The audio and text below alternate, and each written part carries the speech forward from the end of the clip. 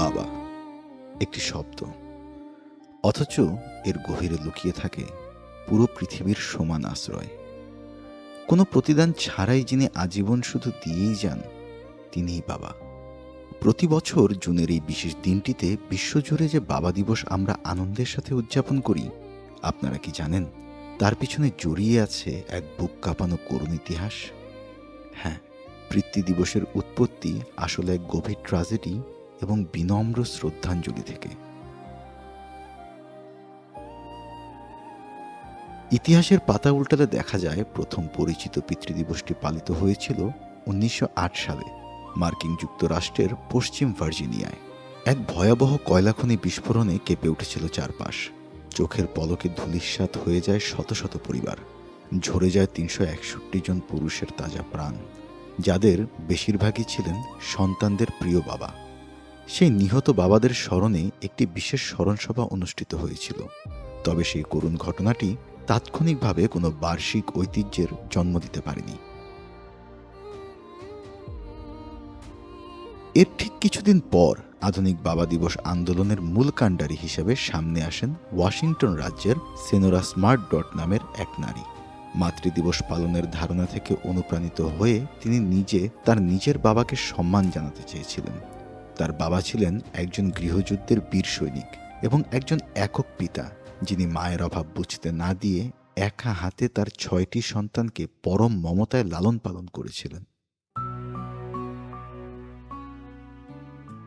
বাবার এই দীর্ঘ লড়াই, একাকিত্ব আর ত্যাগকে স্বীকৃতি দিতেই তার অক্লান্ত প্রচেষ্টায় 1910 সালের 19 জুন প্রথম আনুষ্ঠানিক পিতৃদিবস পালন করা হয়, যা পরবর্তীতে ধীরে ধীরে বিশ্বজুড়ে জাতীয় ও আন্তর্জাতিক স্বীকৃতি লাভ করে। ইতিহাসের সেই দূর পরবাসের গল্প ছাড়াও আমাদের এই বাংলাদেশেও প্রতিনিয়ত ঘটে যায় বাবা হারানোর কত শত হৃদয় বিদারক ঘটনা। আমাদের যে রেমিটেন্স যোদ্ধা ভাইয়েরা পরিবারের মুখে হাসি ফোটাতে মরুভূমির তপ্ত বালু বা দূর প্রবাসে হাড় ভাঙা খাটুনি খাটেন, অনেক সময় তারা ফেরেন কফিন বন্দী হয়ে।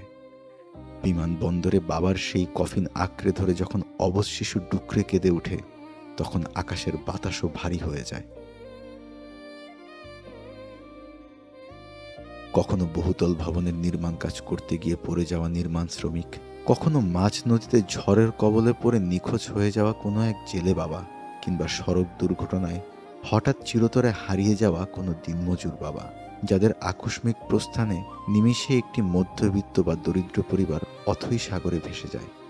আবার কিছু বাবা জীবিত থেকেও সন্তান হারিয়েছেন চিরতরে।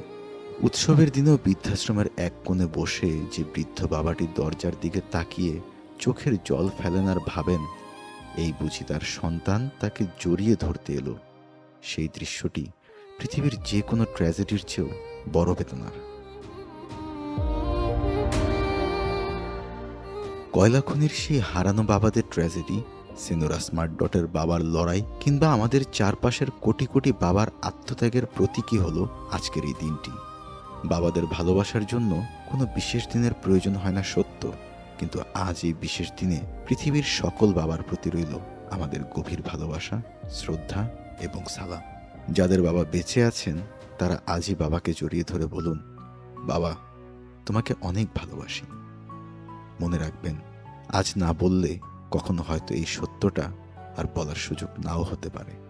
আর যাদের বাবা ওপারে চলে গেছেন, তাদের আত্মার মাগফিরাত কামনা করি।